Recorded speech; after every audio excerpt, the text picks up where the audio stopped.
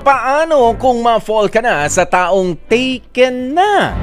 Ay nako, eto na nga po ang inyong mga kasagutan. Sabi ni Rosaline Olaso, kung ma-fall ka po sa taong taken na, siguro po best na gagawin ay ang turuan ng sarili mo na umiwas na sa kanya at lumayo. Lalayo muna ako sa kanya at hihingi ng gabay sa Diyos sa pagkakamali ko na ma-fall sa kanya at itatama ko na ang maling yun. Okay. Ayan, sabi naman ni Jason Abulensya, syempre dapat lang napigilan ito. Sa umpisa lang yun. O basta ibaling na sa iba yung feelings na yan. Taken na eh.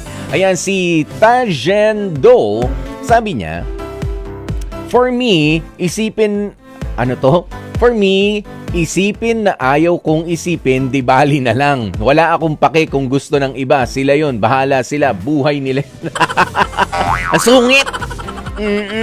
Ayan, si Maring Marceline Reyes, sabi niya, I'll keep it to myself na lang. Takot ako sa karma eh. Yun lang, parang ninanamnam mo lang na gusto mo yung taong taken na, pero hindi ka nagagawa ng hakbang pa. Ayan, si April Lacadin, sabi niya, una, dapat marunong kang tanggapin na option ka lang. Na kahit araw-araw, oras-oras kayo nag-uusap, option ka lang. Na kahit sabihin na mahal ka pa niyan, option ka lang. Na kahit na marami kayong pinapangarap para sa future nyo, option ka lang. Na kahit ilang pangako pa ang sabihin nyo sa isa't isa, option ka lang. Ang galing. Yun. Diba? Pinili mong ma-fall sa taong taken na, yun ang isipin mo. Option ka lang. Masakit. Oo. Si Fe Aure, sabi niya, ipupull out ko na lang yung feelings ko para sa kanya kasi ayoko makasira ng pamilya. Ayan, si Rosemary Manalang, hindi malayo mangyari ang ganyan, tao lang tayo at may damdamin, nasa sa atin na lang. Kung papaano nating pipigilin ang ating sarili, lalo na kung alam nating may masasaktan tayong mga tao.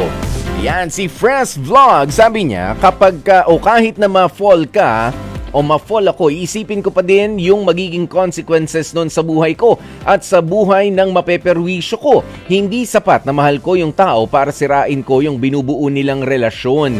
Kasi pagka sa akin din yun mangyayari, hindi ko rin naman alam kung ano ang gagawin ko.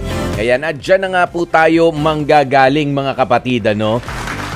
Sa sagot na yan ni Fresh Vlogs. Hindi pa talaga fresh eh. Ayan.